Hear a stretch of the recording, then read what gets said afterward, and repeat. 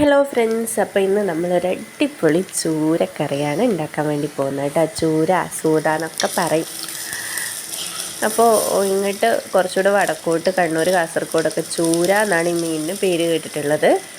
കോഴിക്കോട്, മലപ്പുറം ഭാഗത്തേക്കൊക്കെ സൂത എന്നും കേട്ടിട്ടുണ്ട്.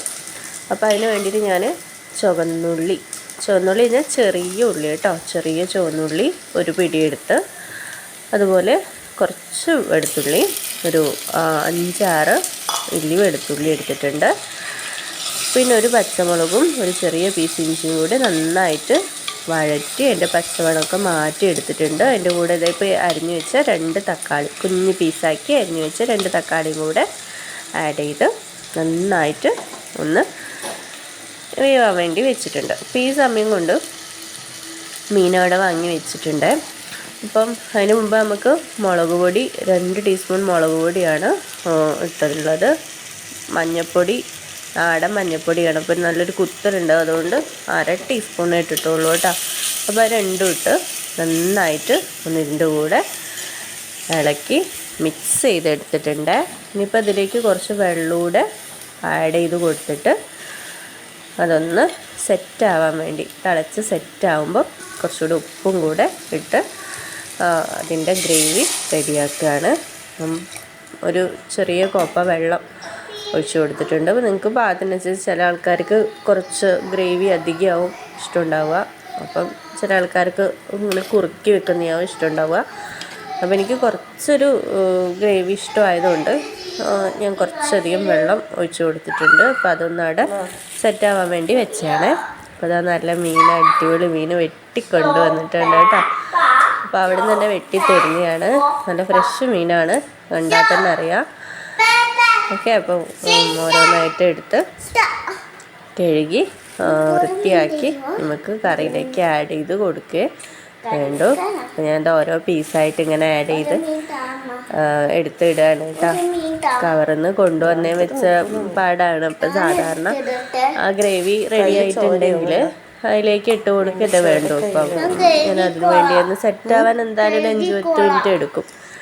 അപ്പം അതുവരെ ആ ഒരു ടൈമിനെ കൊണ്ട് നമുക്ക് മീൻ കഴുകി വൃത്തിയാക്കി എടുക്കാമല്ലോ എന്ന് വെച്ചിട്ടാണ്.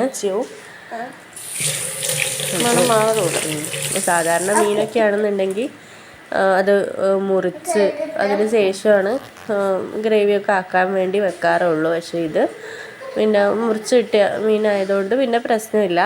അപ്പം നന്നായിട്ട് കഴുകിയെടുക്കല്ലേ വേണ്ടുള്ളൂ. ഞാൻ കഴുകിയെടുത്തത് ആ കറിയിലേക്ക് ഇടുന്നുണ്ട്.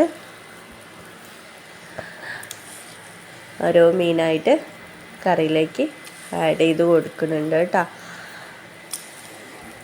ഇപ്പം ഗ്രേവിയൊക്കെ ഒന്ന് സെറ്റായി വന്നിട്ടുണ്ട്. ആ തക്കാളിയും ഉള്ളിയും, ചുവന്നുള്ളിയാണ് എടുത്താൽ കുറച്ചുകൂടെ ടേസ്റ്റ് ഉണ്ടാവും, അതുകൊണ്ടാണ് ചുവന്നുള്ളി എടുത്തിട്ടുള്ളത്. അപ്പം വലിയ സവാളയും എടുക്കാം. സവാള എടുത്താൽ ടേസ്റ്റിന് വലിയ മാറ്റമൊന്നും വരില്ല, എന്നാലും ചുവന്നുള്ളി എടുത്താൽ കുറച്ചുകൂടെ ഒരു ടേസ്റ്റ് കൂടുതൽ എനിക്ക് തോന്നിയിട്ടുള്ളത് ചുവന്നുള്ളി എടുത്താലാണ്. അപ്പോൾ അതുകൊണ്ടാണ് ചുവന്നുള്ളി എടുത്തിട്ടുള്ളത്. പിന്നെ വറ്റിച്ച് വെക്കാം, ഇങ്ങനെ വെള്ളമൊന്നും ഇല്ലാണ്ട് വറ്റിച്ച് വെക്കാം. പുളി ഒഴിക്കാറില്ല കേട്ടോ. സാധാരണ പുളി ഒഴിക്കാറുണ്ട്, വാളംപുളി ഒഴിക്കാറുണ്ട്. അത് ഇപ്പം ഞാൻ ഈ കറി വെക്കുമ്പോഴൊന്നും വാളംപുളി ഒഴിക്കാറില്ല. പിന്നെ വേറെ പുളിയൊന്നും ആഡ് ചെയ്തില്ല. തക്കാളീൻ്റെ ആ പുളി തന്നെ അത് മതി. അപ്പം പുളിയുടെ അധികം ഇങ്ങനെ താല്പര്യമില്ല. അപ്പം അതുകൊണ്ട് 2 തക്കാളി ഇട്ടിട്ടുണ്ട്. 2 തക്കാളീൻ്റെ ഒരു മധുരവും പുളിയും കൂടെ, നല്ല പഴുത്ത തക്കാളിയാണ്. അപ്പം അതിൻ്റെ മധുരവും പുളിയും കൂടിയൊക്കെ ആകുമ്പോൾ ഒന്ന് സെറ്റായി വന്നേക്കും. അപ്പം അത്രയും പുളി ഇഷ്ടമുള്ളൂ, അതുകൊണ്ട് ഇട്ടിട്ടില്ല. പിന്നെ മീൻ ഉടഞ്ഞു പോകാതിരിക്കാനും പുളിയൊക്കെ ആഡ് ചെയ്യുന്നവരുണ്ട് കേട്ടോ അങ്ങനെ. അപ്പം അങ്ങനെ നോക്കുമ്പം എടുക്കുമ്പോൾ നോക്കി എടുത്താൽ മതി എന്നുള്ളൊരിതിൽ അങ്ങനെ എനിക്ക് അങ്ങനെ ഉടഞ്ഞു പോയിട്ടൊന്നുമില്ല. പുളി ഒഴിക്കാത്തത് കൊണ്ട് ഉടഞ്ഞു പോയിട്ടൊന്നുമില്ല, നല്ലതായിട്ട് തന്നെ കിട്ടിയിട്ടുണ്ട്. പിന്നെ ഈ സൂതമീൻ പിന്നെ അത് വെന്ത് കഴിയുന്ന സമയത്ത് കുറച്ചൊന്ന് കട്ടിയായി വരും കേട്ടോ. അപ്പം അങ്ങനെ ഉടഞ്ഞു പോകുന്ന മീനൊന്നുമല്ല. പുളി ഒഴിച്ചിട്ടില്ലെങ്കിലും കുഴപ്പമൊന്നുമില്ല. പിന്നെ പുളി ഒഴിച്ച് വെച്ചിട്ടുണ്ടെങ്കിൽ ഒരു 2-3 ദിവസമൊക്കെ വെക്കുക, പുറത്ത് തന്നെ വെക്കുക. ചുവന്നുള്ളിയും വെളുത്തുള്ളിയും പിന്നെ പുളിയൊക്കെ ഉണ്ടെങ്കിൽ അധികം കേടാവാതെ പുറത്ത് തന്നെ വെച്ച് കൂട്ടാം. ഫ്രിഡ്ജിൽ വെക്കാതെ പുറത്ത് തന്നെ വെച്ച് കൂട്ടാം, അത്രയേ ഉള്ളൂ. അപ്പോൾ എന്നാലും ഇത് ഞാൻ തിളപ്പിച്ച് വെക്കുമ്പം രാവിലെയും വൈകുന്നേരം തിളപ്പിച്ച് വെച്ചാലും കേടാവൂല കേട്ടോ. മീൻ കറി ആവുന്ന സമയത്ത് ഇന്ന് വെച്ചിട്ടുണ്ടെങ്കിൽ ഇപ്പം നാളത്തേക്ക് കുറച്ചുകൂടെ നല്ലൊരു ടേസ്റ്റ് വരും. അപ്പം വെച്ചേം പാട് മീൻ കറി അത്ര ടേസ്റ്റൊന്നും ഉണ്ടാവില്ല.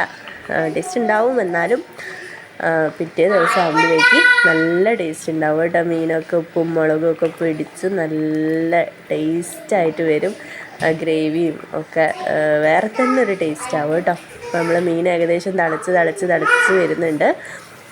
അപ്പം കണ്ടോ, തിളച്ച് വരുന്നുണ്ട്. ഇപ്പോൾ കളറൊക്കെ മാറി വരുന്നുണ്ട്. മഞ്ഞൾ ഞാൻ പറഞ്ഞിട്ടില്ലേ, നാടൻ മഞ്ഞൾപ്പൊടി ആയതുകൊണ്ട് അത് നല്ല കുത്തലുണ്ട് ഇടുന്ന സമയത്ത്. അപ്പോൾ കുറച്ചിട്ടാൽ തന്നെ നല്ല അതിൻ്റെ എഫക്റ്റ് നല്ലോണം ഉണ്ട്. അങ്ങനെ നമ്മൾ മീൻകറി ഏകദേശം റെഡിയായി വരുന്നുണ്ട്. പൊകയൊക്കെ പാറുന്നുണ്ട്. വേണ്ട, മുളകും മഞ്ഞളും ഒക്കെ പിടിച്ച് അങ്ങനെ സെറ്റായി. തക്കാളിയും എല്ലാം കൂടി അതിൻ്റെ ടേസ്റ്റും എല്ലാം കൂടി അടിപൊളിയായിട്ട് കാണുമ്പോൾ വിശന്ന രസം വായിൽ വെള്ളം വരുന്നുണ്ട്. ഓക്കെ, അപ്പം നമ്മൾ കറിയായിട്ടുണ്ട് കേട്ടോ. നിങ്ങൾക്ക് കണ്ടാൽ തന്നെ മനസ്സിലാവും എന്തൊരു രസമാണ് കാണാൻ തന്നെ അല്ല. ഞാൻ ഉണ്ടാക്കിയതുകൊണ്ട് ഞാൻ തന്നെ പോയിട്ട് അല്ല കേട്ടോ.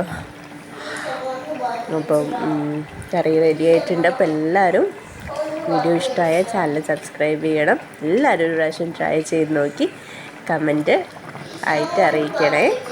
Okay, bye, see you. അടുത്ത വീഡിയോയിൽ വീണ്ടും കാണാം.